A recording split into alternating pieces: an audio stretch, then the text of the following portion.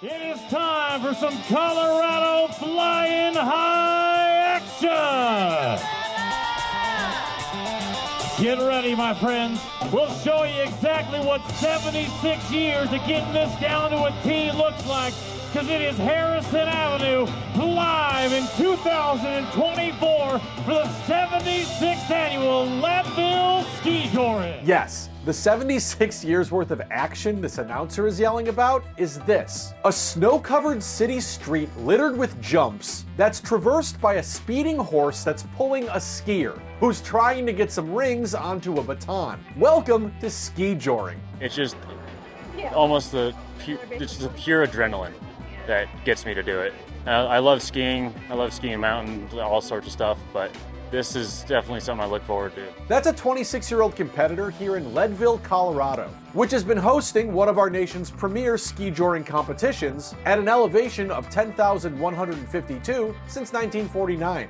That's the year, according to Leadville's skijoring website, that two people called Tom Schroeder and Muggs Osman first witnessed a slow version of this sport, which would eventually evolve into a fast-paced combination of skiing and rodeo that takes place the first Saturday and Sunday in March at high noon.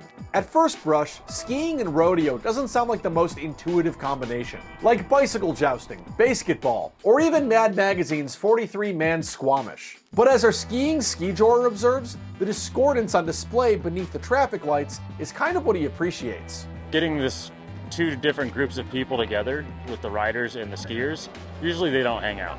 And getting them together, we meshed pretty well, and we have a good time. I got the name the Queen of Harrison Avenue because I've won this race here in Leadville. I've won the Open Division 9 times since I was 13. Our impressive queen here, a rider, not a skier, notes that she still gets nervous before a big jor. So getting started is always the scariest part. Well, one of the scariest parts, and then you're just flying down the avenue, and there's not really much to think about except for just trying not to die. But you're going about 40 miles an hour. Wind is just absolutely hitting your face. Your face goes numb.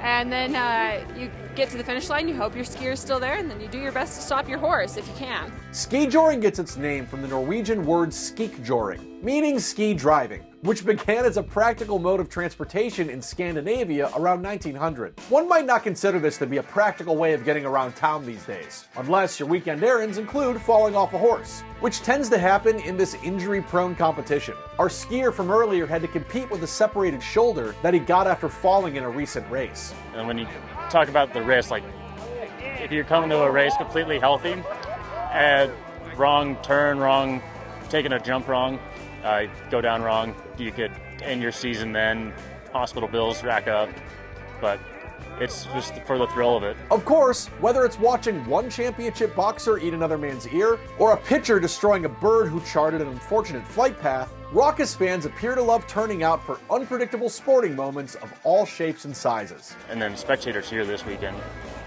obviously there's a lot of them, because Leadville's kind of the granddaddy of all races. And they come up from all over. I've talked to people from Arkansas, from Texas that flew up specifically for this weekend. And they just want to see just some Wild West action.